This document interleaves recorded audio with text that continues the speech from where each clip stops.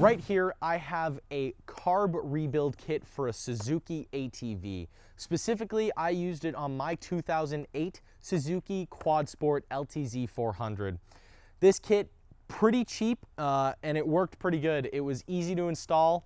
It didn't come with instructions, which was a little bit of a bummer, but maybe I'll make a video about how to rebuild a carburetor so that you guys can watch it. But like I said, super cheap little carb kit here, very easy to do, and worked pretty good. So I would recommend getting one of these if you need to. Sometimes your jets get clogged up or just get dirty over time, and this will help your ATV run better. So there will be a link down in the description below for you to grab one for yourself.